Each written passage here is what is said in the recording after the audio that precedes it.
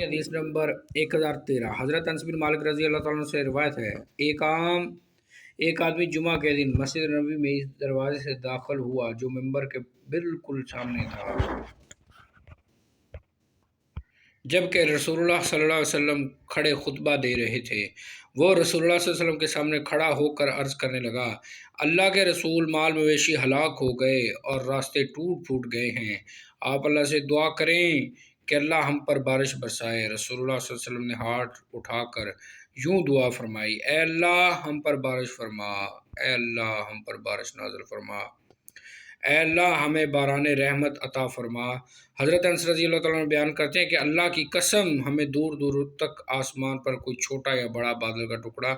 نظر نہیں آ رہا تھا، اور نہ ہمارے اور صلہ کے پہاڑ کے درمیان کوئی گھر یا حویلی ہی حائل تھی کہ ہم بادلوں کو نہ دیکھ سکتے تھے۔ اچانک صلہ پہاڑ کے سین کے اوپر زبر ہے، اچانک صلہ پہاڑ کے پیچھے سے ڈھال کی طرح ایک بادل نمودار ہوا۔ جب وہ آسمان کے وسط میں آیا تو ادھر ادھر پھیل گیا اور پھر وہ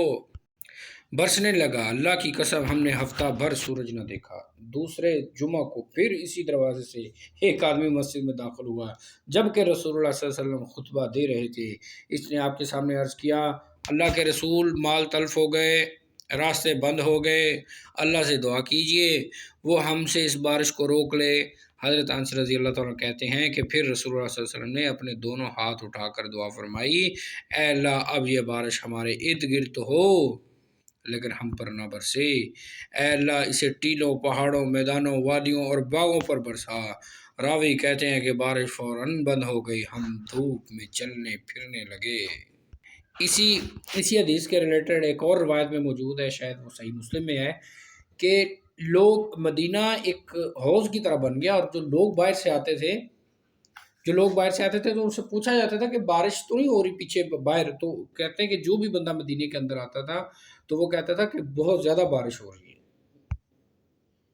یعنی صرف مدینے میں بارش نہیں ہو رہی تھی، یا جس ایریے میں اللہ کے نبی نے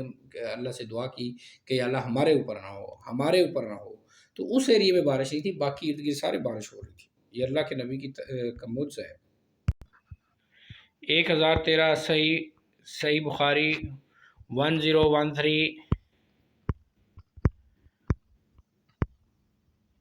رسول اللہ صلی اللہ علیہ وسلم کا بارش کے لیے دعا کرنا اور فوراً بارش کا آنا، معجزہ نبوی۔